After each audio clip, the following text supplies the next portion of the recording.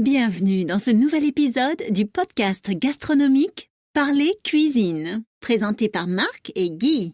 Merci de passer l'été avec nous, c'est l'épisode 86.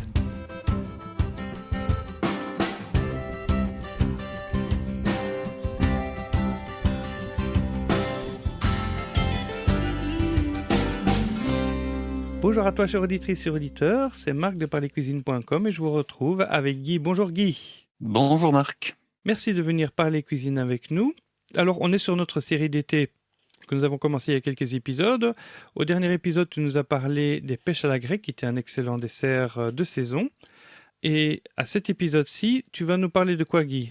Eh bien, on va parler d'un potage, je dirais, tout simple, tout banal, mais qui est quand même très bon pour autant. C'est le potage au cerfeuil et qui est un potage d'été par excellence, puisque le cerfeuil, on le trouve essentiellement au printemps et en été. Voilà, et tu m'avais dit que tu voulais aussi pousser un coup de gueule ? Oui, parce que, j'ai parlé de coup de gueule, parce qu'en fait, j'ai acheté du potage en promotion dans des boîtes, en Tetra Pak, Des briques ? et je voulais vous parler des ingrédients. Mais avant ça, si tu me permets, j'aimerais bien passer en revue notre boîte email parce que il y a des gens qui nous ont écrit sur l'adresse questions@parlercuisine.com et je vais commencer par Pierre qui nous écrit du Québec, qui nous a déjà écrit plusieurs fois. Il aime bien nous écouter et il nous pose la question suivante. Donc, bonjour vous deux, toujours intéressant de vous écouter. À propos de la dernière épisode, barbecue, personnellement, je fais bouillir les saucisses aussitôt achetées et je les garde au frigo.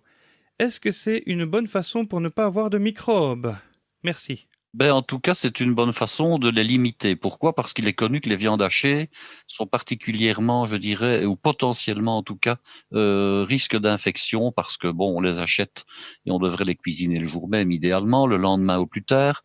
Alors quelquefois, évidemment, on les achète, elles n'ont pas été fabriquées ce jour-là. Le fait qu'il y a de la viande hachée fait qu'il y a une très grande surface de contact, que la mouture, si c'est respecté le travail dans les règles de l'art, c'est un hachoir qui est réfrigéré. La viande est de très très bonne qualité, mais quelquefois, il faut quand même admettre que les bouchers un petit peu douteux peuvent hacher des viandes qui ne sont plus à leur meilleure forme. J'en ai déjà vu, comme on dit, des vertes et des pas mûres. On met des épices pour camoufler le tout, et puis après ça, le client ne cuit pas toujours sa viande tout de suite. D'autre part, il ne rentre pas toujours tout de suite chez lui. Donc voilà, il y a plein d'incertitudes qui peuvent arriver.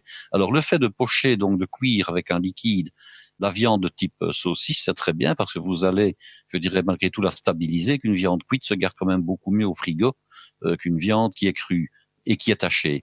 Par contre, il ne faut pas jouer à ce jeu-là avec des viandes du type un steak ou une côtelette ou une côte de veau ou des côtes d'agneau. Il ne faut pas les cuire d'abord à l'eau et puis après dire je vais les mettre sur le barbecue. Ce ne serait pas très intéressant. Par contre, pour les saucisses, c'est une bonne idée, à condition d'une part de les cuire à fond, parce que c'est pas la peine, disons, de les cuire uniquement en surface et de ne pas cuire l'intérieur. Sinon, vous allez avoir à la fois de la viande chaude à l'extérieur et de la viande crue et froide au milieu, et ça, ce ne serait pas bien.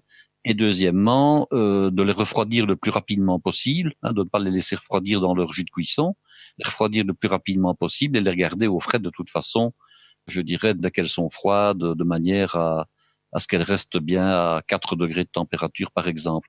Et alors, cette idée-là, elle a même été reprise par des sociétés de l'agroalimentaire, parce qu'on trouve ici, en Belgique, une marque de saucisses qui fait référence à une abbaye bien connue. Ce sont des saucisses essentiellement à base de porc, mais qui sont parfumées à toutes sortes d'herbes et de condiments.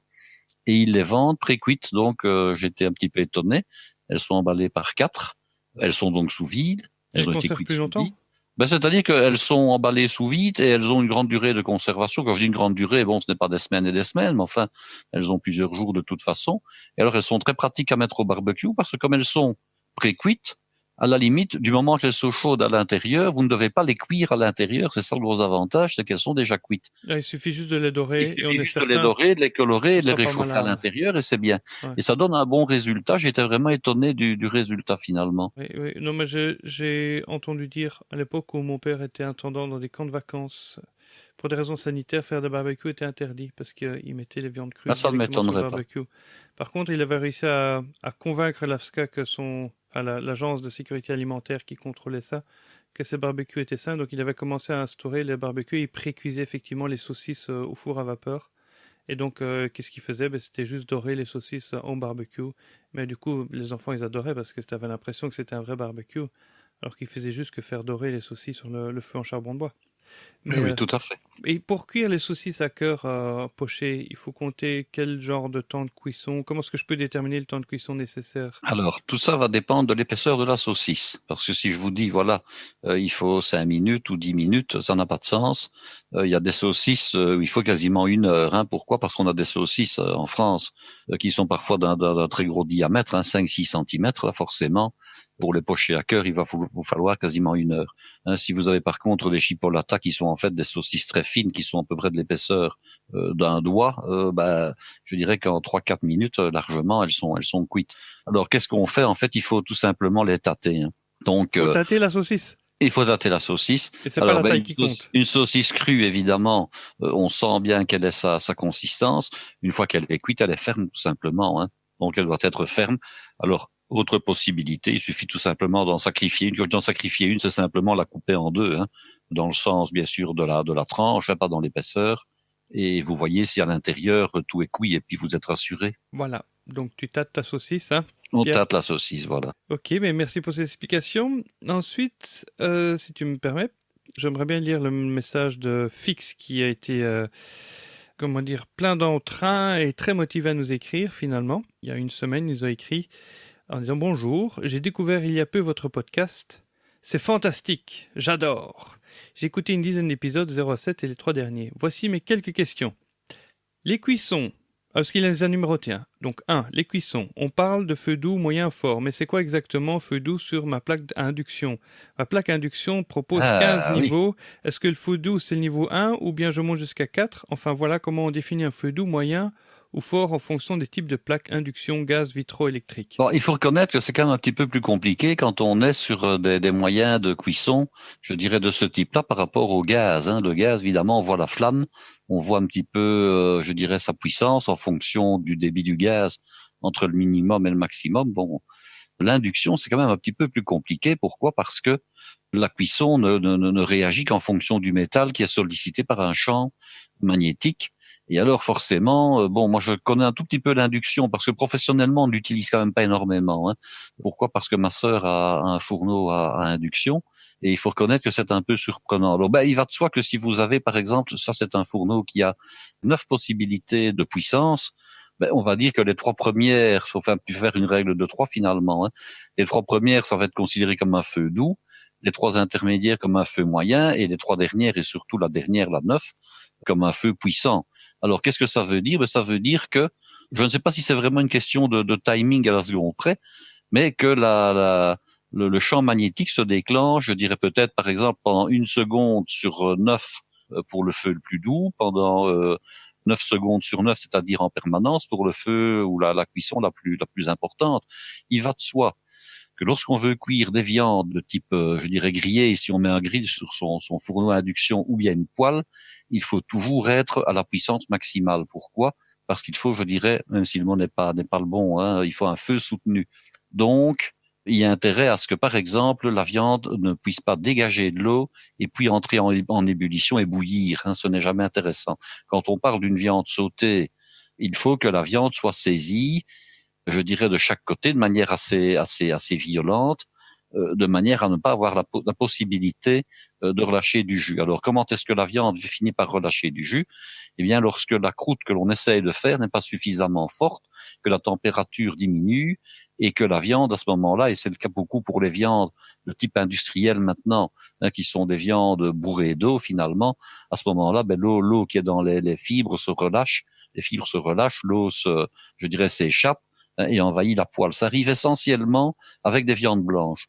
Ça arrive avec du porc, ça arrive avec du veau, beaucoup plus qu'avec des viandes rouges, hein, en général.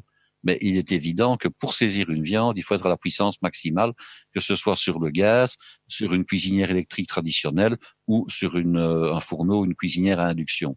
Donc le maximum. Mais pour tous les différents types de modes de type de plaques, est-ce qu'on peut appliquer la même règle de 3? Genre on divise le cadran par 3 et on va dire le premier c'est le plus... Je dirais que c'est approximativement ce qui se passe.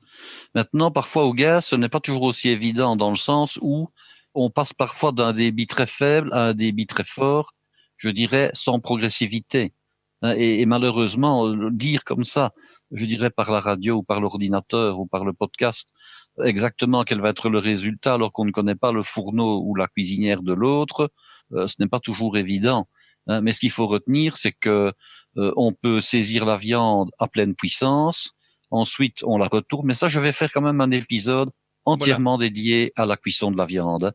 Donc il serait intéressant c'est de nous écouter à ce moment-là, ce sera assez rapide, d'ici 2 ou 3 épisodes, je prévoirai de ne parler que des modes de cuisson et surtout des températures à atteindre et surtout de la manière de conduire sa cuisson. Oui. Donc je serai vraiment à ce moment-là très détaillé dans les explications, que ce soit pour les points de cuisson, une manière, disons, un petit peu simple, mais quand on n'a pas de thermomètre, de trouver quel est le bon point de cuisson. Je parlerai également de l'aspect visuel. Il se passe toute une série de phénomènes. Je dirais quand on cuit une côte de porc, par exemple, il se passe une série de phénomènes qui permettent de dire, tiens, là, on est dans tel type de cuisson, rien qu'à l'aspect visuel. Donc, je vous expliquerai tout ça. Ok. Donc, il y a de quoi faire un épisode avec ça. Ah oui, parce qu'on peut très bien parler à la fois de la manière de s'y prendre et ensuite de la manière de vérifier quel est le point de cuisson. Entre, je dirais, cru, bleu, saignant, à point et bien cuit, il y a là comme ça 5 points de cuisson différents que des petits moyens permettent de trouver assez facilement. Oui. Alors, sa deuxième question était un petit peu à peu près dans le même ordre. Et il parlait de pré-cuisson des viandes. Faut-il pré-cuire une viande afin de n'avoir qu'à terminer la cuisson au moment du repas? Le but étant de gagner du temps lors du repas. Alors, ça peut se faire, mais ça demande quand même du doigté. Alors, les grands professionnels savent le faire parce que, bon, d'abord, eux, c'est leur métier. Alors, vous pensez bien que dans toute une série de restaurants, je vais donner un exemple, vous avez des restaurants qui sont spécialisés en cuisson de canard. Je ne parle pas ici de restaurants chinois, je parle de restaurants traditionnels. Bon, si vous avez un gros canard à cuire, en fonction du point de cuisson du canard, vous devez quand même compter 35-40 minutes, le temps de faire la sauce, le temps de dresser le plat, etc. Bon, je parle de canard entier ici, je ne parle pas de magret de canard, bien entendu. Il va de soi que lorsque vous alliez dans ces restaurants qui étaient spécialisés, maintenant, ça n'existe quasiment plus. Pourquoi? Parce que rares sont les restaurants qui font encore des pièces entières avec des coupes. Pour ça, il faut aller à la Tour d'Argent et des restaurants de ce genre-là. Ou éventuellement effectivement dans des étoilés. Mais dans un restaurant comme on pratiquait anciennement, on cuisait chaque jour avant le service une quinzaine de canards de manière à ce que ils soient pré-cuits. On les cuisait comme on dit à la goutte de sang, c'est-à-dire en réalité on les colorait en grande partie et la cuisson était amorcée. Et puis lorsque le client arrivait, les canards bien entendu avaient été retirés après la mise en place. On les gardait au-dessus du fourneau. Alors les dessus du fourneau, ça garde chaud sans cuire. Et puis après, on les remettait au four, on les repassait comme ça pendant, je dirais, 5 à 10 minutes. Et on avait, en fonction du point de cuisson que le client souhaitait, soit rosé, soit bien cuit, on avait la cuisson désirée et ça ne prenait plus autant de temps, évidemment. Okay. Alors ça c'est une possibilité. Maintenant, je ne sais pas si je ferais ça avec n'importe quoi. Ça dépend un petit peu de la pièce et ça dépend de son épaisseur. Pour gagner du temps, en fait, ce n'est pas vraiment là-dessus qu'on va jouer. C'est une question d'organisation. Je m'explique. Quand on cuit simplement un steak, ça n'a pas de sens de le pré-cuire à l'avance et puis après de le réchauffer. Pourquoi? Parce que c'est une viande qui se sert généralement saignante. C'est le point de cuisson habituel du steak. Ça ne prend quand même pas énormément de temps. Par contre, il en va autrement si c'est par exemple un rôti de bœuf qui est épais de 15 centimètres. Là, évidemment, à ce moment-là, on peut travailler comme ça. Mais ce que les professionnels faisaient anciennement, on cuisait le rôti à l'avance, on le gardait au chaud dessus du fourneau, et puis après, on le découpait en tranches, quitte à repasser le plat qu'on avait légèrement beurré, quitte à repasser le plat dans un four très rapidement pendant 1 ou 2 minutes, les tranches étant fines, on réchauffait la viande. C'est évidemment beaucoup plus risqué qu'une viande rouge avec une viande blanche. Avec une viande blanche, le risque de surcuisson est quasiment nul. Dans le cas de la viande rouge, c'est quand même beaucoup plus délicat. Alors à ce moment-là, qu'est-ce qu'on faisait? On colorait la viande extérieurement, sans la cuire intérieurement, on coupait en fines tranches, on mettait sur un plat, on repassait le plat très rapidement au four, et puis comme la viande rouge peut se servir, je dirais nappée de sa sauce, je parle en service classique, non pas sur assiette, mais bien sur plat, on nappait avec une sauce qui était, elle, très très chaude, et la viande avait le temps de réchauffer, elle captait la chaleur de la sauce, et elle réchauffait. Alors, Pour parler maintenant d'une autre cuisson, je vais parler du canard colvert. J'ai travaillé le canard colvert pendant des années à un endroit où j'ai travaillé. On ne le cuisait pas en entier. On le désossait, donc on enlevait les cuisses, on enlevait avec un couteau filet de sol, donc le couteau qui sert à nettoyer des poissons, on enlevait les deux suprêmes, on les piotait. Ensuite, on le passait très rapidement à la poêle, simplement pour le colorer. Et puis, comme c'était un service déjà nouvelle cuisine à l'assiette, on le coupait en tranches aussi fines quasiment que du papier à cigarette, hein, extrêmement fines. On dressait la viande sur l'assiette en entremêlant, en entrecroisant les fines escalopes, les fines aiguillettes plutôt, avec des légumes glacés qui étaient également précuits à l'avance. Et puis on repassait l'assiette pendant une petite minute au four. Donc en fait, on réchauffait à la fois l'assiette et on réchauffait la viande qui restait crue, je le précise, hein, tout en étant chaude. Et on n'a pas avec la sauce bien chaude, on envoyait immédiatement et on gagnait évidemment, je dirais, le temps de la cuisson des suprêmes, des magrets de canard, puisqu'ils avaient été précuits à l'avance. Il y a comme ça toute une série d'astuces qui permettent de gagner du temps. Exemple, un magret de canard entier, genre magret de canard traditionnel, hein, que vous avez commencé à précuire. Pas de problème, vous le mettez du côté peau avec le quadrillage, disons, en petit losange ou en petit carré du côté peau. Vous le retournez, vous le laissez cru. Au moment du service, qu'est-ce que vous faites? Vous l'émincez finement, vous le dressez sur plat ou sur assiette. De nouveau, vous repassez le plat au four. On peut également jouer avec le micro-ondes. À ce moment-là, vous allez non plus le repasser émincé sur assiette ou sur plat. Vous allez carrément le réchauffer donc en entier au micro-ondes. Là, par contre, il faut savoir doser son micro-ondes, il faut surtout le connaître. Hein, à ce moment-là, vous mettez votre micro-ondes, par exemple, s'il a une puissance de 1 à 10, vous le mettez sur puissance 3, et en l'ayant fait une ou deux fois, vous ne vous tromperez plus, vous saurez qu'un magret de canard, vous devez le laisser, par exemple, pendant, je dirais, 1 minute 30. Et ça, c'est l'expérience de nouveau qui va parler. Effectivement, il y a toute une série de viandes que l'on peut précuire à l'avance pour gagner du temps après. Mais justement, ça nous ramène à sa troisième question, dans laquelle il demande organisation 2 points. Comment s'organiser lors d'un repas de famille pour cuisiner, servir les plats chauds et passer un maximum de temps avec les invités / la famille. Actuellement, je suis bloqué en cuisine jusqu'à ce que je serve un plat. Comment préparer un maximum à l'avance? Alors, bon, eh bien, la première chose que l'on doit faire, c'est d'abord étudier son menu. Hein. Mais moi, je lui ai répondu d'aller voir un peu les menus festifs qu'on a fait pendant les fêtes. Oui, bien sûr, mais je dirais que tu expliques aussi très bien à ce moment-là. Tout à fait, mais il n'y a pas que des menus entre guillemets de Noël ou de Nouvel An qu'on peut être amené à devoir cuisiner de cette manière-là.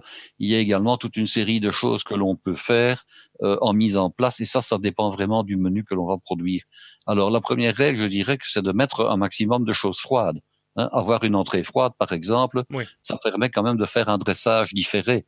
Hein, on peut très bien la réaliser, la dresser sur plat et non pas sur assiette, parce qu'il y a le problème de garder des assiettes au frais. Or, on a souvent un petit frigo pour un ménage de 4 personnes, et quand on en reçoit 12, bon, ce n'est pas évident, hein, on va essayer d'abord de mettre le vin au frais. Donc, il faut dresser, disons, les choses sur plat et garder le plat au frais. À ce moment-là, il faut s'acheter des plats, disons, rectangulaires qui entrent parfaitement dans le frigo, hein, ou éventuellement des plats ronds. Il est clair que des plats allongés, ça vous fait perdre de la place. Alors, une fois que vous avez vos plats qui sont dressés, je dirais, au frais, vous allez évidemment gagner du temps et vous ne devez plus faire qu'une chose, c'est les sortir, enlever le papier film que vous avez mis pour les protéger des odeurs et mettre le plat à table. Alors ça, c'est une première chose. Même chose pour le plat principal. Il va de soi que si vous avez une viande que vous devez cuire au dernier moment, que vous ne pouvez pas pour toutes sortes de raisons techniques cuire à l'avance, que vous avez 2 garnitures chaudes, plus encore des pommes de terre, il est évident que ça risque de vous poser problème parce que vous allez devoir faire énormément de choses au dernier moment. Tous les dressages, je dirais un petit peu complexes et à l'assiette, sont évidemment à éviter. C'est plus joli, mais sinon vous allez rester dans votre cuisine pour faire les dressages plutôt que d'être avec vos amis. L'idéal pour ça, ce sont les plats collectifs. Alors les plats collectifs, il y a des plats d'été qui peuvent l'être. Hein. Ce sont des plats que vous cuisez en entier au four, par exemple. Les navarins peuvent être considérés comme des plats collectifs, le bacon-off, j'en ai déjà parlé, les coques au vin, etc. Ce sont tous des plats qui peuvent être réalisés collectivement et vous amener le récipient de cuisson à table. Vous n'avez plus qu'à prévoir la garniture, qui peut être une garniture que vous n'avez plus qu'à repasser éventuellement au four au dernier moment, hein, ou éventuellement en friteuse. Donc c'est vraiment, pour moi, c'est l'étude du menu qui va déterminer, je dirais, du temps que vous allez passer à table ou avec vos invités. Ou alors il y a En cuisine.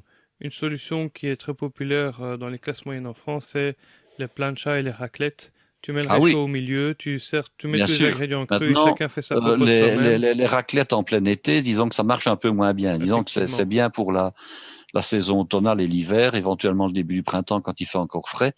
Moi, je n'ai rien contre les raclettes en plein été, hein, parce que bon, si on va en Suisse ou en Savoie, on est capable de commander une raclette en plein mois de juillet, donc c'est pas un problème.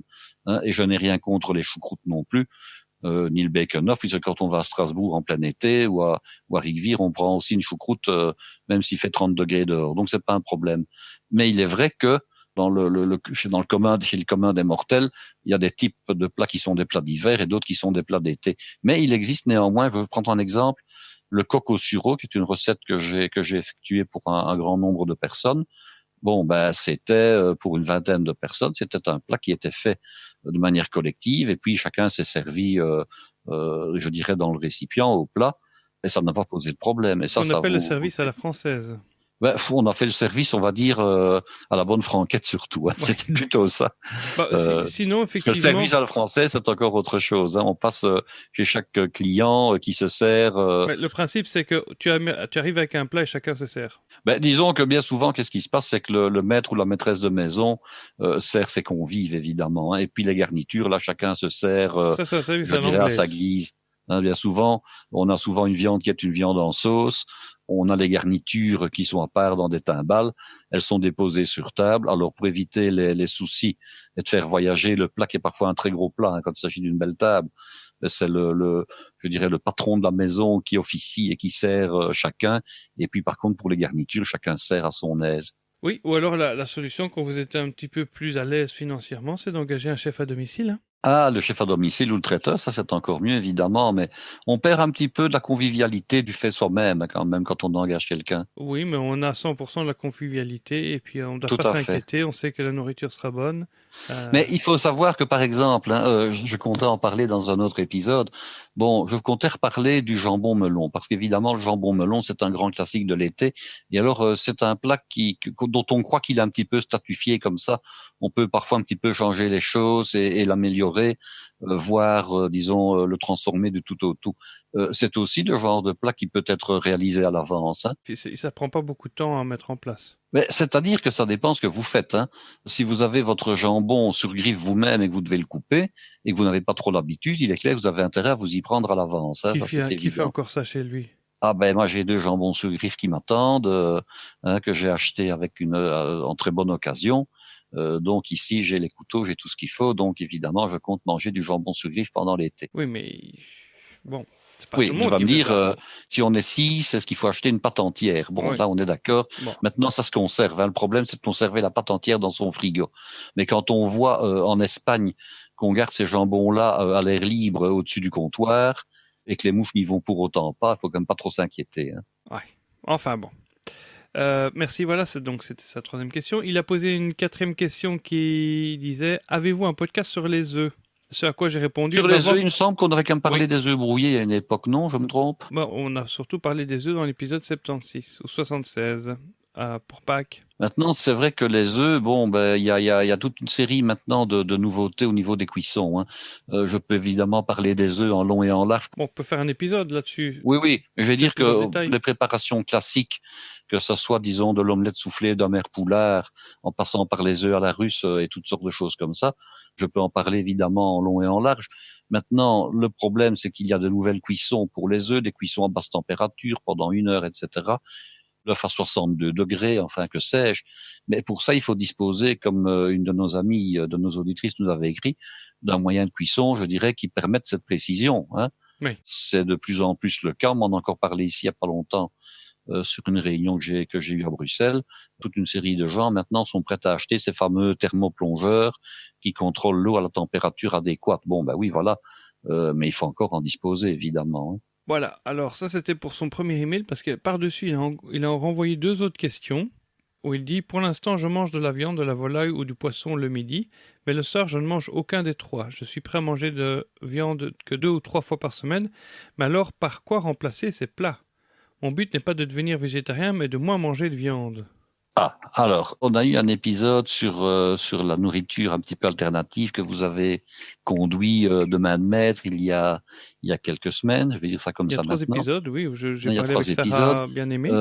qui étaient très bien faits. J'aurais aimé participer à cet épisode, mais comme vous le savez et comme Marc l'a dit, j'ai été retenu par des obligations professionnelles parce que j'ai quand même quelques questions à poser aux personnes qui, et ce n'est pas le cas de notre auditeur ici, mais aux personnes qui se dirigent vers un régime strictement végétalien. Bon, il faut savoir, et je l'ai déjà dit, je pense, qu'il y a toute une série d'acides aminés. Les acides aminés, je rappelle ce que c'est, ce sont les briques qui constituent les protéines, et les protéines, c'est ce qui constitue, entre autres, nos muscles, nos tendons, nos nerfs, notre peau, même nos yeux, et même certaines hormones, ce sont parfois des protéines également.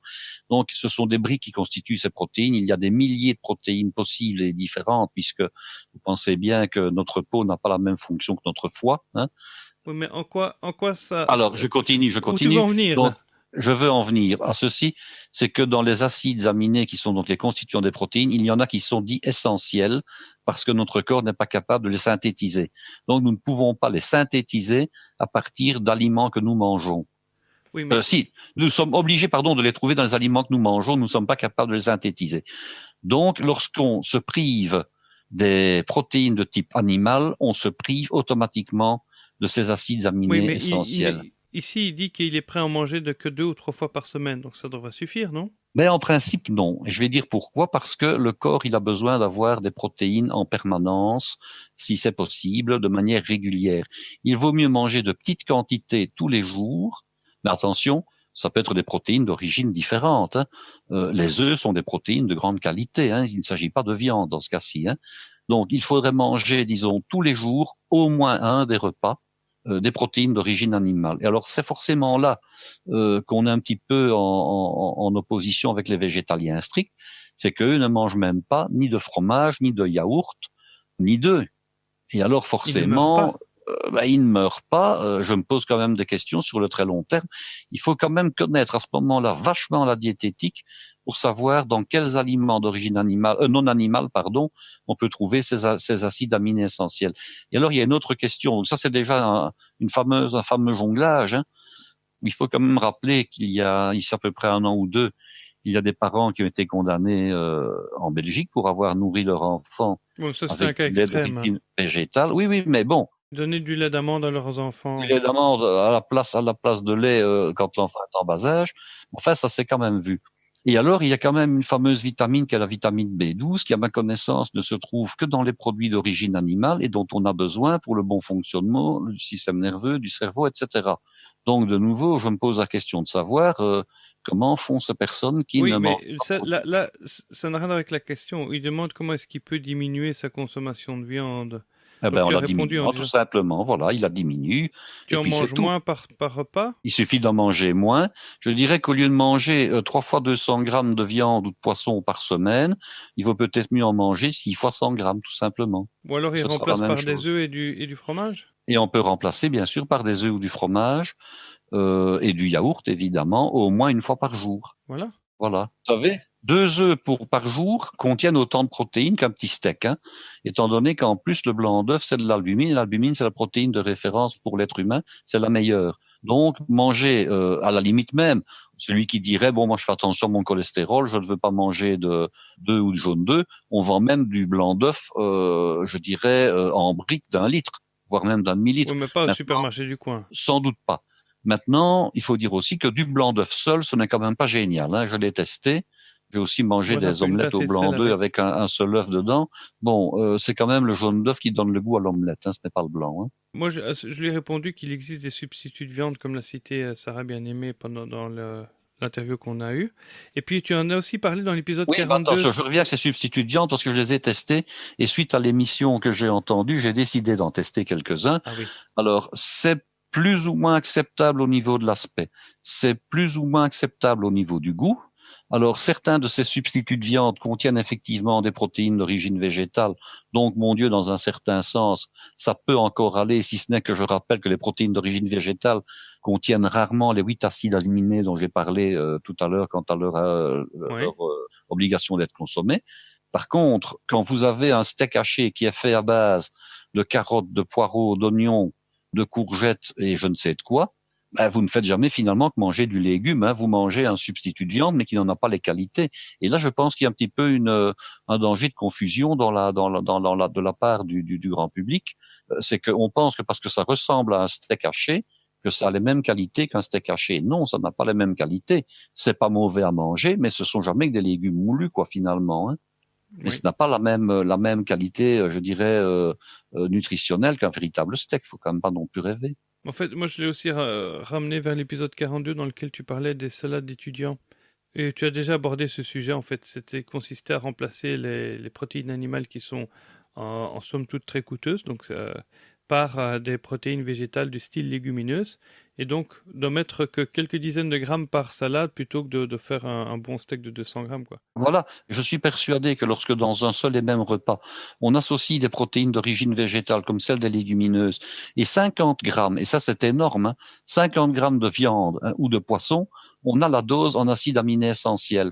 Parce qu'en fait, je dirais que les protéines vont se compléter l'une l'autre. Et quand vous avez pris un morceau de 50 grammes, faites l'expérience, hein, vous faites une salade froide, vous mettez un œuf dur, par exemple, coupé en petits morceaux, et puis vous prenez 50 grammes de jambon. Si vous coupez 50 grammes de jambon bloc en tout petits cubes de 4-5 mm de côté, vous allez être effaré de voir la quantité que ça représente. Vous aurez l'impression d'avoir quasiment un steak alors qu'il y a que 50 grammes. Et un steak, pour avoir une impression, je dirais, de quantité, il faut au moins mettre 150 grammes pour, disons, commencer à s'y intéresser. Vous prenez 50 grammes de jambon cuit en bloc, vous le coupez en petits cubes, vous allez voir, ça va vous faire un tas terrible. Ok. Bon. Et donc, il avait encore une dernière question. Il demandait si on aurait un lien sur Amazon pour les produits qu'on cite souvent. Eh bien, en fait, à chaque fois, je m'efforce de mettre dans les notes de l'épisode un lien vers Amazon. En tout cas, Amazon France. Ça tombe bien parce qu'il nous écrit d'Aubagne, proche de Marseille. Ah oui. Dès que je peux, parce qu'en fait, on est inscrit au programme d'affiliation d'Amazon. Donc, chaque fois que vous cliquez sur un lien Amazon, que vous allez sur Amazon et tous les achats que vous ferez dans les 24 heures qui suivent, Amazon nous verse une commission. Ça coûte pas plus cher pour vous, que vous alliez directement sur Amazon ou que vous passez par notre lien. Disons qu'en passant par notre lien, ça nous permet de grappiller quelques centimes afin de pouvoir continuer à financer ce podcast. Sinon, c'est bien. J'ai créé une page ressources à laquelle vous pouvez accéder depuis la page de garde. Vous verrez que le site vient d'être fait. Comment tu trouves le nouveau site, Guy ? Ah, je l'ai trouvé très sympathique. Voilà, parce que en mois de février, on avait lancé j'avais commandé par le biais d'un concours sur un site de freelancer un nouveau artwork, parce que il semblerait que notre logo avait l'air un petit peu, amateur. On me l'a souvent fait remarquer. Oui.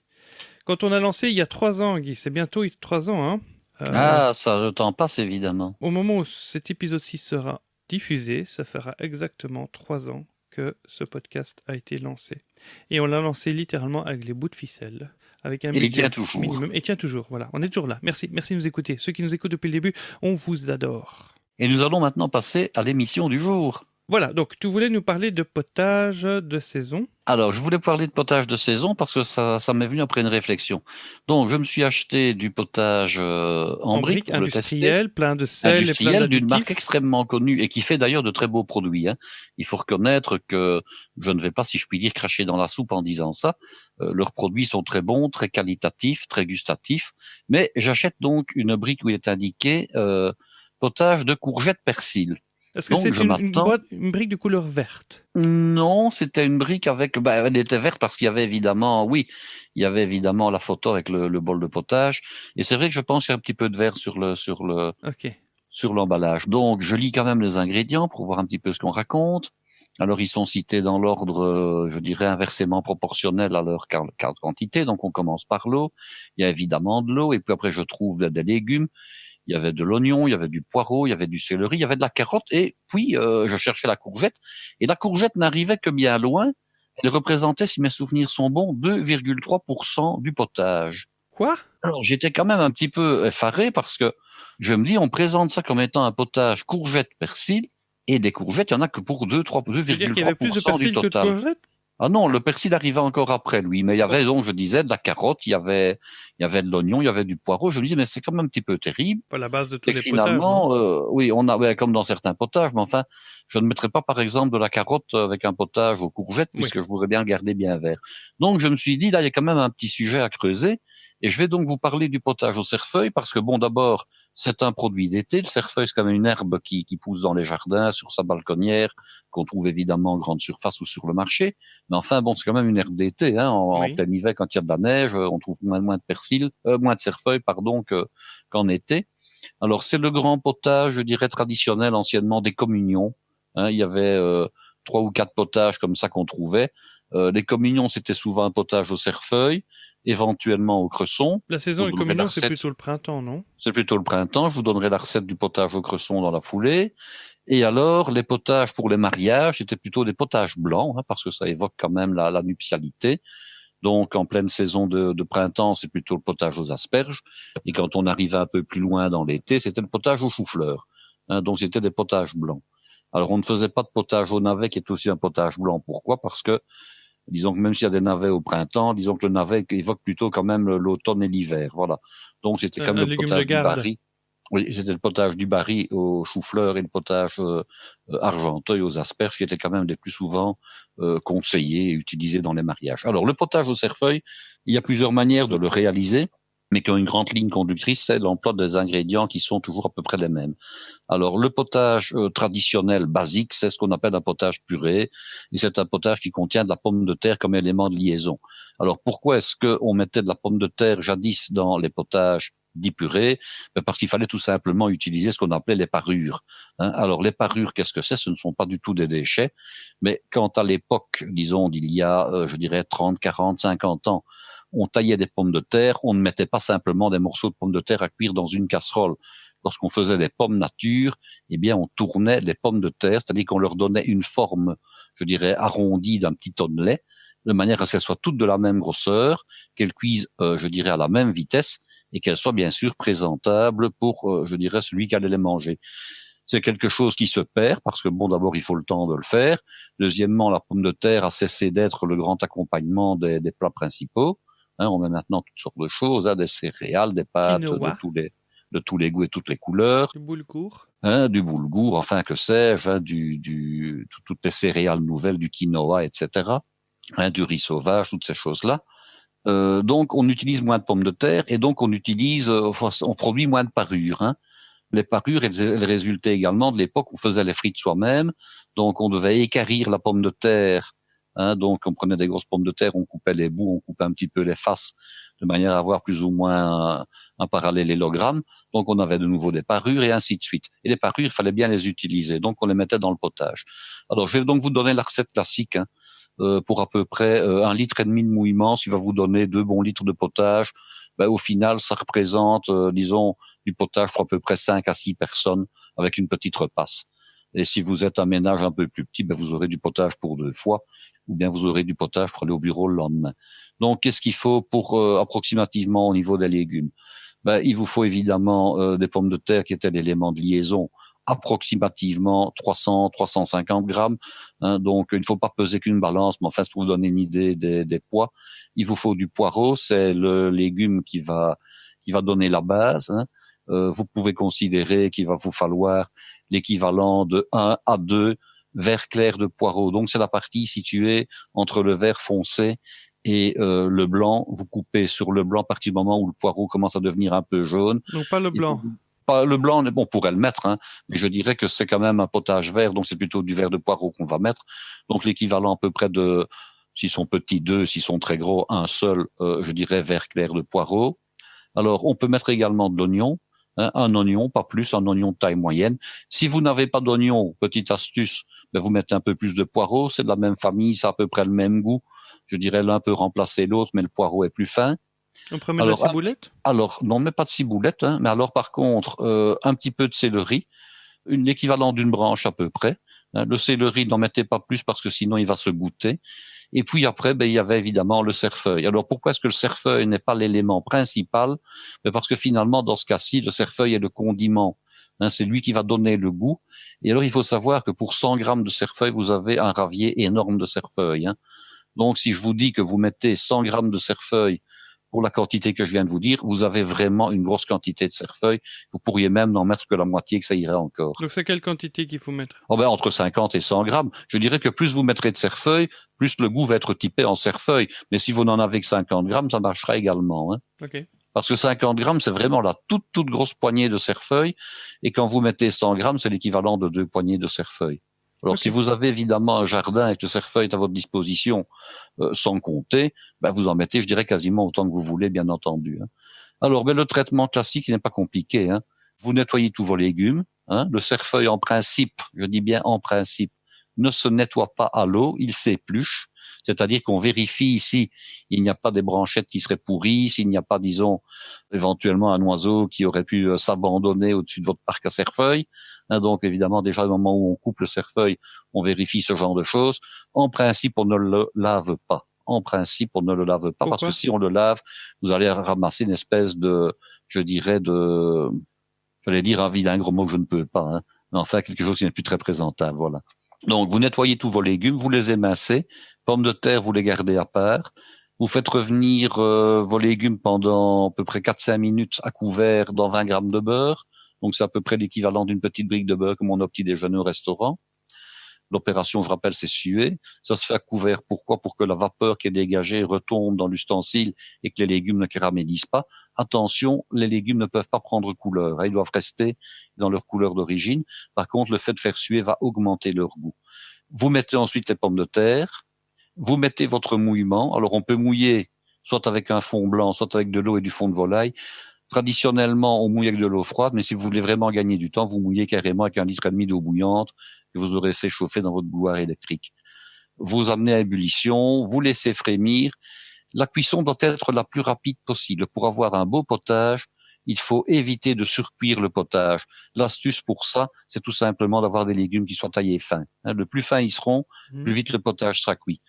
Dès le moment où le potage est cuit, comment vous faites pour vérifier? Vous prenez une écumoire et vous piquez dans les légumes pour voir s'ils sont cuits. Si le couteau passe facilement, c'est que c'est cuit. Vous ajoutez le cerfeuil et vous mixez. Donc on cuit pas le cerfeuil? Le cerfeuil ne se cuit pas. Le cerfeuil ne se cuit pas, il se met au dernier moment et on mixe. Alors, pour éviter d'avoir des fils, je dirais, dans les hélices de votre mixeur, ce qui est bien, c'est de concasser le cerfeuil avant sur une planche, je dirais, en morceaux, en traits d'à peu près 1 centimètre, si vous aurez, disons, maximum des fibres d'1 centimètre. Et ça ne posera pas de problème. L'idéal pour tous les potages, c'est évidemment de les passer au mixeur bocal. Bon, je me suis acheté ici une petite fantaisie, c'est-à-dire un véritable mixeur semi-professionnel. Il est évident que ça marche du tonnerre. Vous avez des potages où vous ne retrouvez plus rien. Vous pourriez mettre des légumes entiers sans les cuire et mixer. Vous avez encore du potage après. Alors, quand vous avez ce genre d'ustensile, il y a une petite astuce. Ici, je vous ai dit de faire cuire vos légumes pendant à peu près 1/4 d'heure, de manière à ce que le potage soit cuit. Lorsque vous avez ce genre de mixeur, il y a une astuce qui consiste à faire ceci. Vous faites suer vos légumes, donc sans les cuire à fond, vous les faites suer pendant 5, 6, 7 minutes. Vous les mettez dans votre mixeur, vous ajoutez le cerfeuil, et puis vous le mettez en route et vous ajoutez par le trou au-dessus votre 1,5 litre d'eau bouillante. Et vous allez avoir un potage qui va être extraordinaire parce qu'il va être extrêmement frais de goût. Il va vraiment sentir le cerfeuil, vous allez sentir des autres légumes, je dirais, avec un goût de frais. Oui, les pommes de terre, tu les mets quand? Les pommes de terre, vous les mettez à suer à ce moment-là pendant 4-5 minutes également. Et elles doivent être taillées toutes fines alors pour qu'elles cuisent. Il faut vraiment les tailler toutes fines pour que, je dirais, à ce moment-là, les légumes sont quasiment cuits rien que par le fait de les faire suer. Ah oui. Alors ça, c'est une astuce. C'est vraiment le truc alors, minute. Donc tu fais oui, bouillir tu prépares un bouillon de poule. La marque précise, et je l'ai testé, qu'on peut même réaliser le potage avec les légumes entièrement crus. Alors, et que le potage va chauffer rien que par le fait d'être mixé. Alors, je n'y croyais pas parce que j'ai dit à la dame là dans le magasin, j'ai dit mais enfin il y a des résistances quand même quelque part. Non, qu'elle me dit absolument aucune résistance. C'est le fait d'utiliser le programme spécial du mixeur qui fait que le potage va chauffer et que vos légumes vont être cuits. Bon, je dois dire que j'ai testé. C'est un mixeur cuiseur? Oui, c'est un mixeur cuiseur, mais sans résistance, uniquement par la vitesse. Il faut savoir qu'il tourne à 24 000 tours minute aussi. C'est énorme. C'est plus rapide que le moteur de ma voiture. Ah oui. Alors, il faut savoir que quand vous mettez vos légumes crus et que vous mettez de l'eau froide, vous enclenchez le programme de mixage spécial potage. À un moment donné, vous voyez de la vapeur qui sort par les fentes du couvercle. Hein. Maintenant, le potage n'est jamais brûlant. Hein. Il est bien chaud, il peut monter jusqu'à 80 degrés. Et alors, le reproche que je fais à ce genre de mixeur, c'est que le potage est bon, il est mangeable, mais vous avez quand même toujours ce goût d'un petit peu de cru qui existe derrière. Et j'ai testé le premier potage avec de la carotte. Alors finalement, c'est un petit peu comme si vous aviez un jus de carotte qui est chauffé. Hein, et c'est quand même pas, pour moi, extraordinaire. Donc, j'ai refait des essais, justement, avec du potage au cerfeuil, où là, j'ai fait suer les légumes pendant 5, 6, 7 minutes. Et à ce moment-là, vous n'avez plus ce goût de légumes crus qui transparaît derrière et le potage est bien meilleur. Alors, bien entendu, je ne l'ai pas précisé. Hein, je dis on mouille avec de l'eau. Maintenant, n'oublions pas les cubes d'extrait de viande. En général, l'extrait de volaille pour un potage au cerfeuil, ça marche très bien. Donc c'est une marque qui commence par K et termine par D. Tout à fait, tout à fait. C'est une marque qui commence par K et qui termine par D, mais il y a d'autres marques qui le font. Hein. Qui commence aussi par K et qui termine aussi par D. Oui. Pas spécialement. Oui, il y a celle-là aussi, mais il y a d'autres marques qui ont des mixeurs comme ça, des mixeurs qui ont une particularité, c'est de produire des potages chauds à partir d'éléments crus. Bon, ça c'est une première manière de réaliser votre potage. Je vais essayer de retrouver un lien sur Amazon et de le mettre dans les notes de l'épisode si vous voulez l'acheter vous aussi. Mais je vois que c'est pas donné, hein. Waouh. Ah non, c'est pas donné du tout. Hein. Il faut reconnaître quelques centaines d'euros là. C'est plusieurs centaines d'euros. Maintenant, bon, si vous faites du potage une fois par mois, c'est pas la peine de faire cet investissement-là. Si maintenant vous aimez le potage, et le potage, c'est aussi parfois une manière de faire apprécier les légumes aux enfants. Hein. Oui, tout à fait. Les enfants n'aiment pas toujours les légumes en morceaux, entiers. Par contre, boire de la soupe, comme on dit, ils peuvent aimer. Mais c'est très bon pour le régime aussi. Et c'est très bon pour les régimes. Maintenant, une autre manière de faire le potage au cerfeuil, c'est de faire le velouté traditionnel, hein, le velouté classique. Alors, vous partez comme pour l'autre potage, comme j'expliquais, avec vos légumes sués, hein, tout simplement. Vous ne prévoyez pas de pommes de terre dans ce cas-là. Par contre, vous prévoyez l'équivalent d'1,5 litre de fond lié avec du roux, hein, à raison de 75 grammes de roux au litre de liquide. Hein, vous amenez à ébullition. Alors, si ce sont des roux industriels, il suffit tout simplement d'amener à ébullition. Si ce sont des roux maison, vous devez quand même le laisser cuire une bonne dizaine de minutes parce que sinon vous avez un petit peu de goût de crudité de votre farine là derrière. Donc, vous amenez votre eau plus vos cubes de bouillon plus votre roux à ébullition. Vos légumes sont sués. Hein, il suffit de mixer le tout ensemble et vous avez un velouté au cerfeuil qui peut être très rapidement fait. Il n'y a pas de problème. Ça va vous prendre comme ça maximum un quart d'heure pour faire un potage. Donc ça, c'est la deuxième méthode, qui est la méthode du velouté. Alors, je réexplique quand même que dans un velouté, on est censé mettre à la fin ce qu'on appelle une bonification jaune de crème. Alors, ce n'est pas compliqué. On considère que pour 1 litre, hein, je donne les chiffres actuels, hein, 2 jaunes d'œufs et 1 décilitre de crème, c'est la norme. Anciennement, on mettait un jaune d'œuf par personne, donc pour 1 litre, on en aurait mis 4. Hein, et on mettait 2 décilitres de crème au lieu d'1. Maintenant, on fait un petit peu attention en saline, donc on en met moins. Vous pouvez très bien, vu que si vous mixez avec un mixeur, comme je viens d'expliquer, vous pouvez très bien le verser directement dans le potage. Tout va être mixé et vous ne retrouverez plus rien. Le jaune d'œuf n'aura pas le temps de cuire, il sera déjà répandu dans tout le potage. Si maintenant vous n'avez pas ce genre d'appareil, là vous devez procéder autrement. Vous mixez votre potage avec votre mixeur plongeant traditionnel, et puis dans le récipient de service, vous mettez votre décilitre de crème, vos 2 jaunes d'œufs, vous fouettez et vous ajoutez progressivement le potage brûlant, tout en mélangeant de manière à ce que vous n'ayez pas d'omelette. Et puis alors il y a maintenant le fameux potage cerfeuil courgette dont je vous ai parlé tout à l'heure. Vous pouvez mettre également potage persil courgette, ce serait la même chose. Hein. Là tout simplement vous remplacez la de terre par de la courgette. Hein. Et la courgette, c'est l'avantage que vous pouvez la faire suer dès le départ, même si vous n'avez pas un mixeur, je dirais, de grande valeur, de grand prix. Vous mettez votre courgette, vous faites suer avec les autres légumes, pas le cerfeuil, je rappelle, et vous mouillez hein, avec votre bouillon, de nouveau 1,5 litre, amenez à ébullition, laissez frémir, à peu près un quart d'heure de cuisson, vous mixez avec le cerfeuil au dernier moment, et puis bien entendu, on rectifie toujours un petit peu la consistance et l'assaisonnement une fois que ça a été mixé. Et là, vous avez de nouveau un potage dont maintenant c'est un peu la mode. Pourquoi? Parce qu'il y a quand même une tendance à dire mais la pomme de terre, c'est du féculent, ça fait grossir, ça rend le potage moins diététique. Bon, les courgettes maintenant, on les trouve très facilement un peu partout, ça ne coûte quasiment plus rien. Même les courgettes de jardin, quelquefois on se demande comment on va les utiliser tellement ça pousse. Ah oui, non, ça pousse vite, hein. J'en ai fait pousser Oui, l'an hein. dernier. Et surtout, n'attendez pas, je le rappelle, n'attendez pas que vos courgettes soient énormes pour les utiliser, Non, tout à fait. parce qu'à ce moment-là, vous n'avez plus que de la mousse et des graines à l'intérieur. Utilisez les courgettes quand elles ont un diamètre maximum de 4 centimètres, hein, ce n'est vraiment pas beaucoup. Elles sont encore très très vertes, très foncées. Tandis que quand les courgettes vieillissent, elles deviennent un peu jaunes, vous avez la peau qui devient dure comme du cuir. Et là, ce n'est vraiment pas intéressant, ni gastronomiquement, ni nutritivement. Vous n'avez plus que des graines à l'intérieur. Et ça, il faut absolument éviter. Je peux parler parce que j'en ai planté plusieurs plants, il n'y en a qu'un seul qui a survécu à l'âge de faire des courgettes.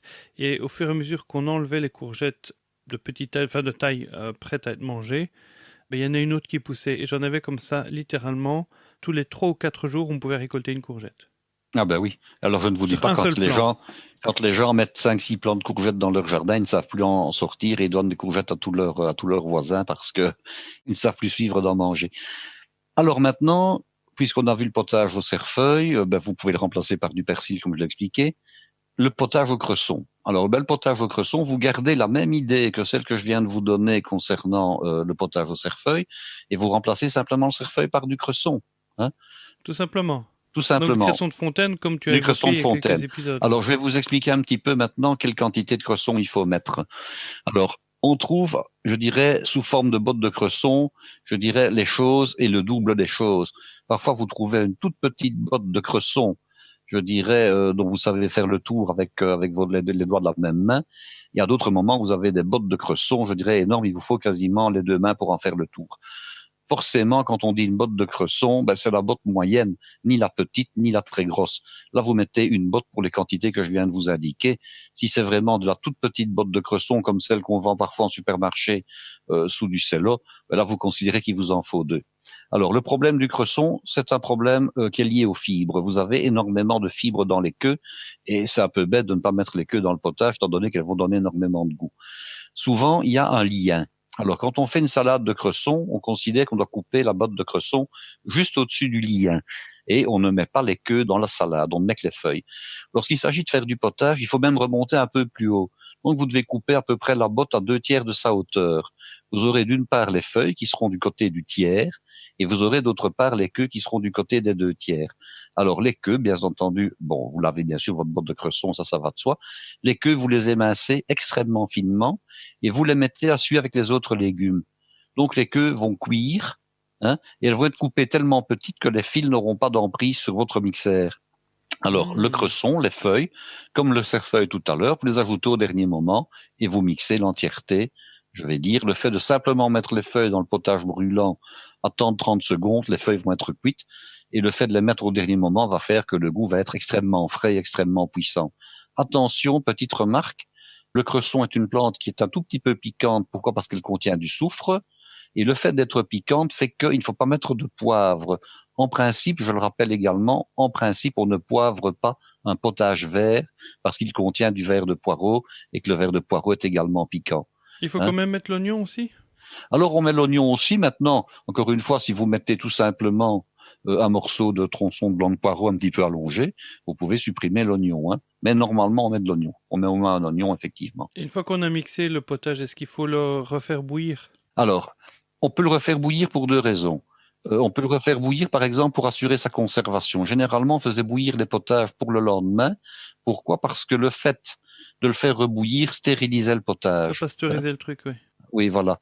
Ce que je rappelle qu'il faut quand même toujours faire le plus rapidement possible, c'est mettre le potage une fois qu'il a été qu'il est non utilisé, le mettre dans un récipient propre avec un couvercle, le mettre dans son évier avec de l'eau froide et le faire refroidir le plus rapidement possible. Qu'est-ce qui fait tourner les potages? 2 choses. Le temps orageux, c'est connu. Hein. Alors ne me demandez pas l'explication, il y a sans doute une raison, je dirais physique. Le temps orageux fait surrir les potages. Ce qui se passe également, c'est quand on laisse un potage, je dirais l'été, dans une casserole, qu'on ne le met pas au frigo, parce qu'on se dit, attention, on ne doit rien mettre de chaud dans le frigo. Effectivement, il vaut mieux ne rien mettre de chaud dans le frigo. Pourquoi? Parce que vous allez réchauffer l'habitacle de votre réfrigérateur. C'est la raison pour laquelle il vaut mieux le mettre dans un récipient que vous allez pouvoir mettre dans de l'eau froide dans l'évier, faire refroidir jusqu'à une température, je dirais, d'une 15aine de degrés, hein, et puis après mettre au réfrigérateur le plus vite possible. Ça, ce sont les deux raisons qui font surrir le potage. C'est quand on le laisse à température ambiante, quand il y a de l'orage. Voilà, donc on donne un petit coup de bouillon, un petit coup d'ébullition. On peut donner une petite ébullition avec le potage qui reste. Ensuite, on le fait refroidir très rapidement. Donc, le fait de donner une petite ébullition, vous allez en fait tuer les germes qui, entre-temps, se seraient déposés, je dirais, dans votre potage pendant le temps où vous avez pris le repas. Et ça se conserve combien de temps au frigo? On considère, disons qu'on peut aller jusqu'à 2 jours. Hein. Maintenant, on considère quand même qu'un potage, on le fait la veille, on le mange éventuellement le lendemain. Hein. Disons, quand on va au-delà, ça commence à devenir un peu... Alors, on sent que le potage bouge. Hein. Le potage devient légèrement aigrelet comme ça, il surit un tout petit peu. Je me rappelle, à l'époque des grands-parents, les grands-mères faisaient du potage pour 2 jours, 3 jours. Le premier jour, il était évidemment impeccable. Le lendemain, ça allait encore. Le 3e jour, on sentait bien qu'il était encore buvable, mais on sentait qu'il avait bougé. Il était temps de le manger, quoi. Surtout qu'à l'époque, on ne prenait pas les précautions actuelles, hein, donc à part refaire bouillir le potage, oui, ça on le faisait, mais on ne le refroidissait pas rapidement dans un récipient et on ne possédait pas même toujours de réfrigérateur. Ouais. Hein, j'ai quand même connu des grands-parents, du moins des couples qui n'avaient pas de réfrigérateur, donc on gardait le potage à l'entrée de la cave, même en été. Il faisait entre guillemets frais, mais il faisait quand même pas très froid. Effectivement. Alors, je suis un petit peu étonné que vous ne me posiez pas une question. Quelles sont les garnitures qu'on pourrait mettre dans le potage au cerfeuil? Il y a quand même quelque chose que les enfants adorent. Hein. Dans 2 potages d'ailleurs, dans 3 potages, allez. Les croûtons? Les alphabets? Non plus. On trouve ça dans le potage aux tomates, par exemple. Ou dans certains potages de volaille. Les vermicelles?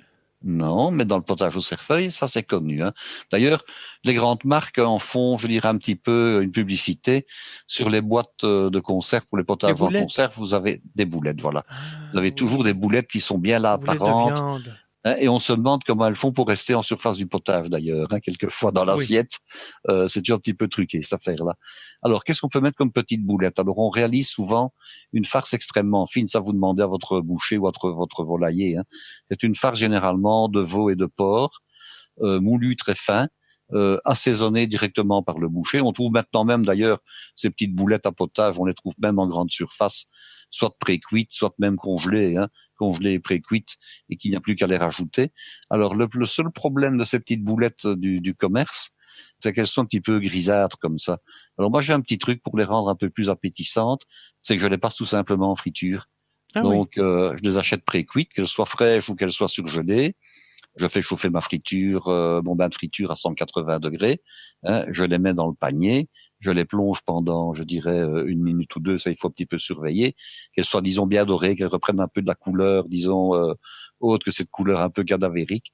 Et je trouve que le potage y trouve réellement un plus. Voilà. Comment tu les fais flotter? Moi, je ne les fais pas flotter. Hein. Je me moque qu'elles soient immergées dans le potage.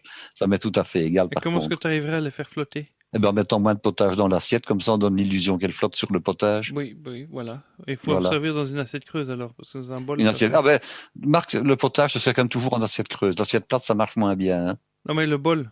Le bol, oui, évidemment. Si c'est en bol, là, par contre, non, parce qu'il faut ça, on n'a pas le choix. On a des gens de l'autre côté de la frontière, là, en France, ils mangent tous un bol leur café le matin, le potage, tout ça. C'est au bol. Mais à propos d'anecdote, je me rappelle, c'était lors d'un examen de fin d'année, hein, mais ce n'était pas un élève en examen qui servait, donc il y avait les membres du jury qui prennent leur repas donc dans les écoles avant midi, de manière à pouvoir après être, je dirais, debout pendant le service proprement dit pour juger des élèves. Et je vois encore un élève qui arrive avec la soupière pour servir le potage et qui sert un des membres du jury extérieur. Et l'élève ne s'était pas rendu compte qu'il avait oublié de mettre les assiettes donc à potage à table. Donc, il a servi machinalement la louche de potage sur une assiette plate qui était l'assiette de base, assiette de décor de la table. Intéressant. On s'est tous regardés, il s'en est évidemment rendu compte, il s'est confondu en excuses, mais enfin, c'était assez marrant de voir la distraction où elle peut mener, c'est de servir le potage à la louche dans une assiette plate finalement. Oui, un service à la place avec la soupière comme ça, et tu la tiens d'une main et ça s'appelle. Tu la tiens d'une main, puis tu sers avec l'autre main. Avec la main il m'est arrivé voilà. de faire ça à l'époque quand mon père faisait cuisinier privé. J'étais toujours recruté pour être l'homme de service. Mais c'est quelque chose qu'on voit maintenant de moins en moins, hein, parce que c'était ce qu'on appelait le service à l'anglaise, donc où c'est le garçon ou le membre du personnel qui sert le potage Alors il y a deux manières de faire, soit au guéridon à la russe, où on sert de toute façon le potage dans l'assiette et puis on amène l'assiette au client par la suite. À ce moment-là, on sert par la droite puisqu'on tient les assiettes de la main droite. Par contre, lorsqu'on fait ce qu'on appelle la repasse, et qui apparemment ne se fait qu'en Belgique pour le potage, là on arrive par la gauche puisqu'on tient la soupière sur sa main gauche et forcément la louche à la main droite. Et ça, c'est une habitude que les Belges ont qui est différente des Français. C'est qu'en Belgique, il y a deux plats qui se resservent. Il y a le potage et le fromage. Apparemment, en France, le savoir-vivre, mais qui est plutôt une habitude ancienne plutôt qu'une question de savoir-vivre, fait que le potage, on ne le resserre pas. Pourquoi? Pour ne pas, disons, gaver les gens avec du potage, alors qu'il y a encore tout le restant du repas qui arrive. Hein. Donc ça, c'est la raison au départ. Tandis que le Belge est un mangeur de potage, surtout que le potage Un était gros plein de avant. soupe. Ah oui, mais avant c'était un plat en tant que tel. Oui. Hein, le fait de souper, de prendre le repas du soir, consistait dans beaucoup de familles à utiliser le potage du midi, du moins ce qu'il en restait, à le manger chaud bien entendu le soir, avec des tartines beurrées, point à la ligne. Hein, ça c'est dans les familles assez pauvres. Et puis après, bon, ben dans les familles plus riches, on remettait, disons, après le beurre, on mettait du fromage ou du jambon. Mais pendant de très très nombreuses années, j'ai connu ça dans mon enfance, le repas du soir, c'était tout simplement terminé la soupe qu'on avait eue en 3 midis. Hein. Non, mais encore maintenant, moi, quand je sers de la soupe à mes enfants, ils adorent. Et le pire, c'est que quand je leur préviens à l'avance, parce que comme on fait le menu, ils demandent, hein, on mange quoi demain soir? Je dis, c'est de la soupe. Ils sont tout contents, ils vont le dire partout à tout le monde à l'école, ce soir on mange la soupe, ce soir on mange la soupe. Et c'est de la soupe et du pain, et ils adorent ça. Et c'est Ils pas en une redemandent. habitude en Angleterre, ça, de manger de la soupe le soir. Pas spécialement, Pas non. spécialement, non. Ils mangent de la soupe. Mais pourtant, on voit dans tous les restaurants, donc dans tous les pubs, ils ont la soupe du jour, le potage du jour. Donc c'est un plat qui est relativement courant dans les cantines. Mais effectivement, sur tous les buffets, dans toutes les cantines, je vois du potage.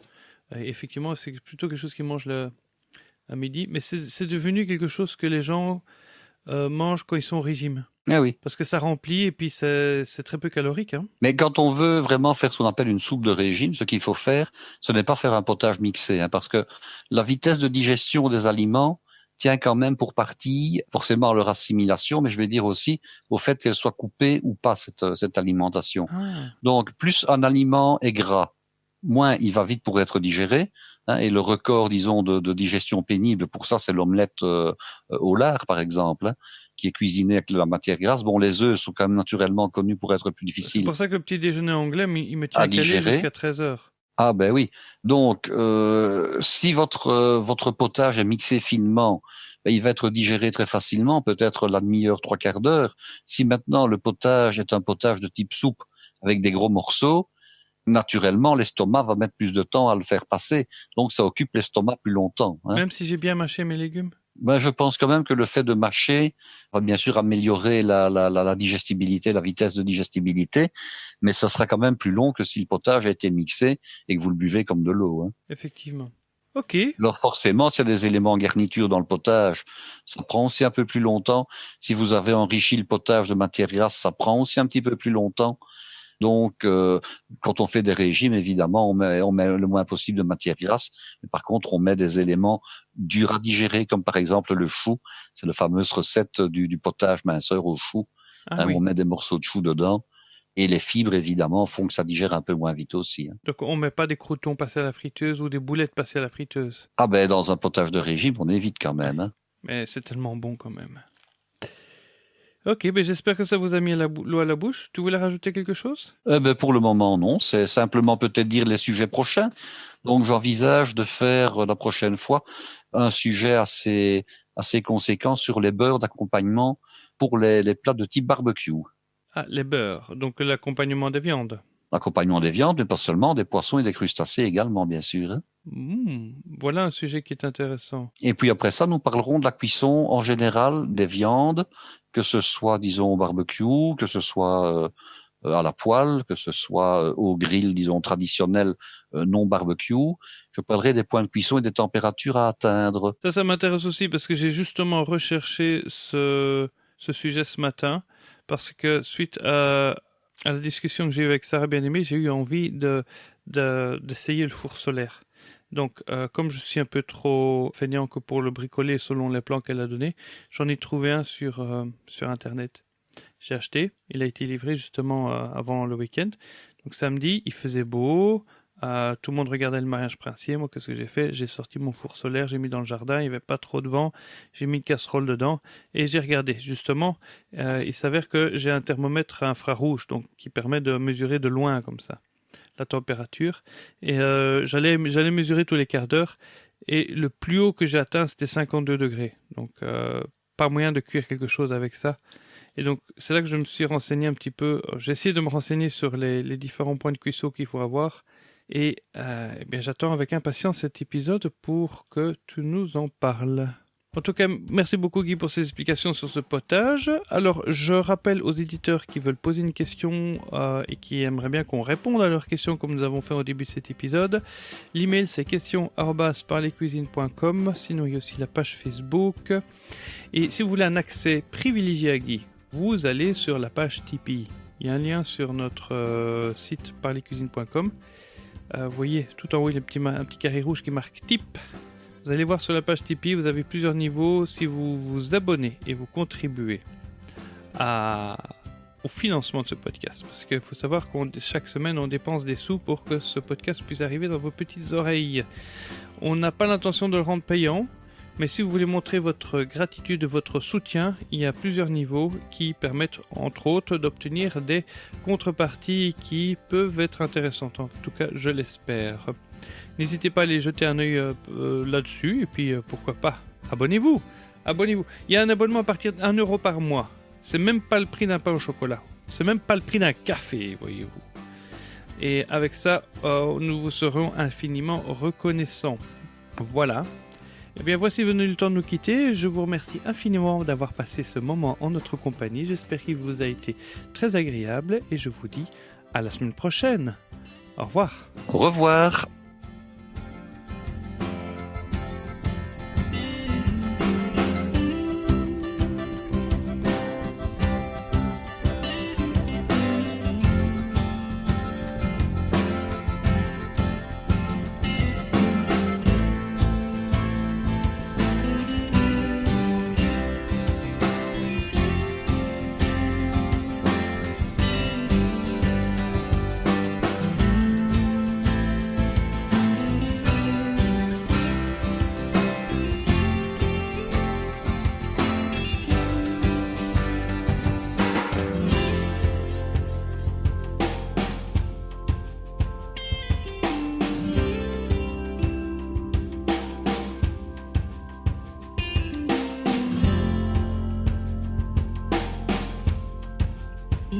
Thank you.